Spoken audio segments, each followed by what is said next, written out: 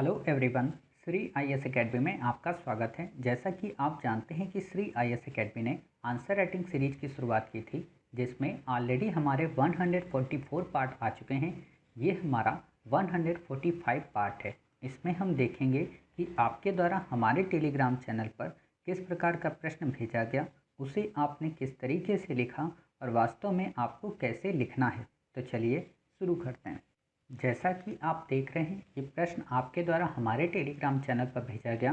तो सबसे पहले हम आपके प्रश्न को पढ़ेंगे, फिर आपके उत्तर को पढ़ेंगे और देखेंगे कि वास्तव में इसे आपने कैसे लिखा है।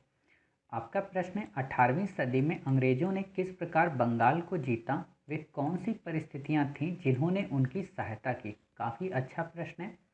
आपने लिखा है, 18वीं सदी से पूर्व शाह सूजा ने हुगली में पहली कोठी खोलने और बिहार, बंगाल व उड़ीसा में मुक्त व्यापार की अनुमति से कंपनी को व्यापार में वृद्धि करने का मौका मिला, जिसे बाद में 1672 में शाइस्ता खां द्वारा चुंगी मुक्त व्यापार तथा 1698 में जमींदार अजीम उसान द्वारा सूतानाती कोलिकाता और गोविंदपुरी को मिलाकर कलकत्ता फोर्ट विलियम की स्थापना ने कंपनी की महत्वाकांक्षा को बढ़ा दिया।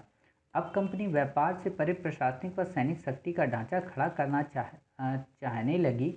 अब तक बम्बई पर मिले अधिकार एवं मुक्त व्यापार की छूट ने कंपनी को पश्चिमी तट पर प्रभुता स्थापित हो गई। अब कंपनी ने पूर्वी तट की ओर रुख किया, लेकिन अब तक औरंगजेब मुगलों का शासक बन गया था और उसने कंपनी पर 2% चुंगी व 1.5% जजिया लगाकर कंपनी की महत्वाकांक्षा को थोड़ा विराम दिया, जिससे मुगलों एवं कंपनी के बीच टकराहट के बीच प्रस्फुटित होने लगे। लेकिन 1707 में औरंगजेब की मृत्यु के बाद मुगलों की पकड़ कमजोर हो गई तथा क्षेत्रीय रियासतों में मराठों व अफगान के आक्रमण के भय से पैदा हुए वैकल्पिक शून्य ने अंग्रेजों को बंगाल में विजय के लिए एक रास्ता मिल गया।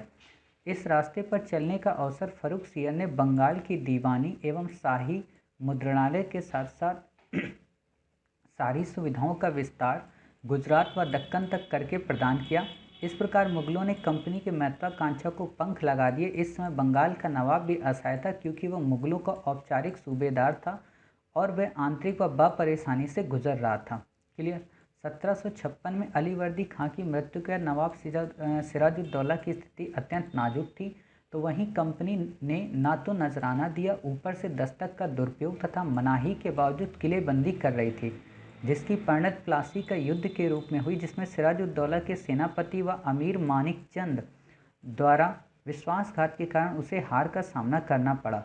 निष्कर्षतः कहा जा सकता है कि विश्वासघात एवं षड्यंत्रों का सहारा कंपनी ने नहीं लिया होता तो परिणाम प्रतिकूल होते, लेकिन फिर भी प्लासी के युद्ध ने निर्णयों की पुष्टि नहीं की थी तथा कंपनी की राजनीतिक प्रभुत्ता पर मुहर लगना भी बाकी था।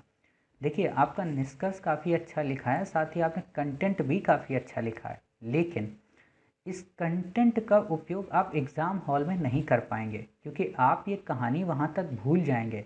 इसीलिए आप इस पूरे कंटेंट को सिनॉप्सिस में कर दें। सिनॉप्सिस का मतलब कि आप ऐसे बता दें कि औरंगजेब के टाइम पीरियड के पहले किस तरह से उन्हें रियायतें मिली, अर्थात जहांगीर से लेकर किस तरीके से बाद के काल तक उनको रियायतें मिलती रहीं, कैसे उन्होंने पूर्वी तट पर पश्चिमी तट पर प्रभुता के बाद पूर्वी तट की ओर बढ़े, जिसे फर्रुखसियर ने उनको कई सारे अधिकार प्रदान करके इस तरीके से उनकी बढ़ोतरी की। मतलब आपको 4 से 5 लाइन में ये बात बतानी, ये पूरी रामायण की तरह पूरी कहानी नहीं लिखनी है, क्योंकि अभी तो आप लिख सकते हो क्योंकि अभी आपने पढ़ा है तो आपको ये स्टोरी याद है, बट एग्ज़ाम हॉल में कई सारी स्टोरी आपकी लाइफ में आएंगी, तो वो स्टोरी इसको याद नहीं रहने देंगे कि 2 पैसे चुंगी था कि 1.5 पैसे चुंगी था। तो इतना तथ्यात्मक और इतना गूढ़ता से मत लिखिए। ये एक तरीके का आप ऐसे समझ सकते हो रिसर्च पेपर हो गया, तो आपको रिसर्च पेपर की तरह नहीं लिखना है, आंसर की तरह लिखना है। दूसरी बात, आपने इसमें क्या किया है कि ये जो शब्द है ना आपके 3 3 6 2 8 8 से 9 शब्द जो एक लाइन में ला रहे हो, इनको हटाओ, क्योंकि ऑलरेडी एग्जामिनर एक बार में जब पढ़ना चाहेगा तो उसको बोरियत होगी। इसलिए कम से कम ऐसे लिखा करो जैसे आपने यहाँ लिखा है 6 से 7 वर्ड, 7 वर्ड से ऊपर कभी नहीं आने चाहिए, और वर्ड जो हों वो बड़े हों, उनके आपस का ऊपर नीचे का स्पेस भी हो। क्लियर। और ऐसी कहानी को सॉर्ट करिए पूरी तरीके से, और कहानी को सॉर्ट के साथ साथ आपने एक ही पैरा में पूरी बात लिख दी।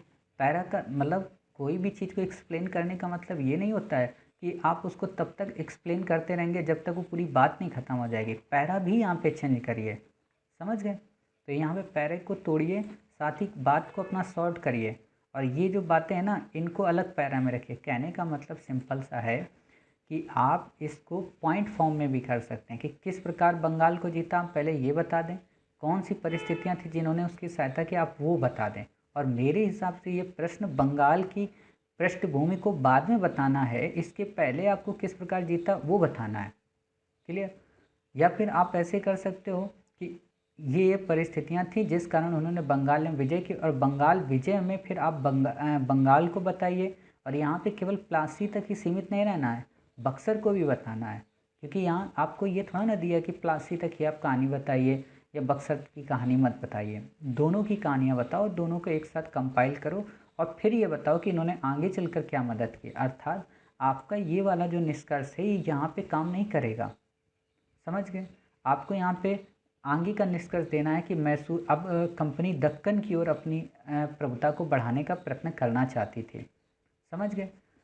तो ये चीज़ें करिए। और साथ ही ये भी आप कर सकते हो कि कौन सी परिस्थितियाँ थी जिन्होंने उसकी सहायता की, आप उसे पॉइंट में बता सकते हो कि हाँ, एक तो मुग़लों के द्वारा क्या क्या रियायतें मिली, दूसरी उस समय कंपनी की कैसी स्थिति थी, तीसरी उस समय कंपनी का ध्यान किस तरीके से था, चौथी उनकी यूरोप में स्थिति कैसी हो रही थी। मतलब ये 4-5 स्टोरी आप बता दीजिए। जैसे मैंने ऑलरेडी इसका फ्रेम दे दिया है, वहाँ पे मैंने डिस्कस भी किया था काफ़ी डिटेल में, और कई सारे आप ही के साथियों ने इसका उत्तर भी लिखा है, तो आप वहाँ से भी कई सारे पॉइंट्स की मदद ले सकते हैं। समझ गए? तो बाकी आपका आंसर अच्छा है, वही है कि आप इसको थोड़ा शॉर्ट कर दीजिए और पैरा को चेंज कीजिए। ऐसे मत लिखा करिए, ऐसे तो फिर ये उत्तर ना होके एक लेटर लग जाएगा, और लेटर आपको लिखना नहीं, यूपीएससी में पेपर लिखना है। अब आप देखो यहाँ पे कितनी लाइनें डाले हो, 1 2 3 4 5 6 7 8 9 10 11 12 13 14 15 16 17 18 19 20 21 22 23 23 लाइनें हैं। 3 3 6 3 का 9 10 11, मतलब 10 वर्ड फिर भी मान लो। 230 वर्ड तो यही हो गए आपके। क्लियर? 230 वर्ड के बाद यहाँ पे 1 2 3 4 5 6 7 8 9 10 11 12 13 14 15 16, 160 वर्ड लगभग ये हो गए। तो 400 वर्ड में थोड़ा ना आपको आंसर लिखना है। समझ गए? तो इसको शॉर्ट भी करिए। मतलब वर्ड लिमिट आपको हम नहीं दे रहे, तो इसका मतलब ये नहीं कि आप उसे 400 पहुंचा देंगे। वर्ड लिमिट नहीं देने का मतलब ये है कि आप 150 वर्ड के प्रश्न को मैक्सिमम 250 200, इससे ऊपर नहीं। क्लियर? तो ये रामायण की कहानी लिखने से थोड़ा शॉर्ट करिए और आंसर को पॉइंट फॉर्म में लिखने की कोशिश करिए। पॉइंट फॉर्म का मतलब ये मत समझ जाइएगा कि अब हमें पॉइंट ही में ही लिखना है। पॉइंट फॉर्म का मतलब ये होता है कि आपको एक को पैरा में बताना है, एक को पॉइंट में बताना है। अगर आप बता सकते हैं तो, नहीं बता सकते तो आप पैरा में ही बताइए, बट पैरा को छोटा छोटा रखिए। क्लियर? तो आप समझ गए कि वास्तव में आपके प्रश्न में क्या क्या कमियां हैं, उसे किस तरीके से हमें सॉल्व करना है। तो फिर मिलते हैं आप ही के द्वारा भेजे गए एक नए प्रश्न के साथ। तब तक अपना ख्याल रखिए और स्वस्थ रहिए।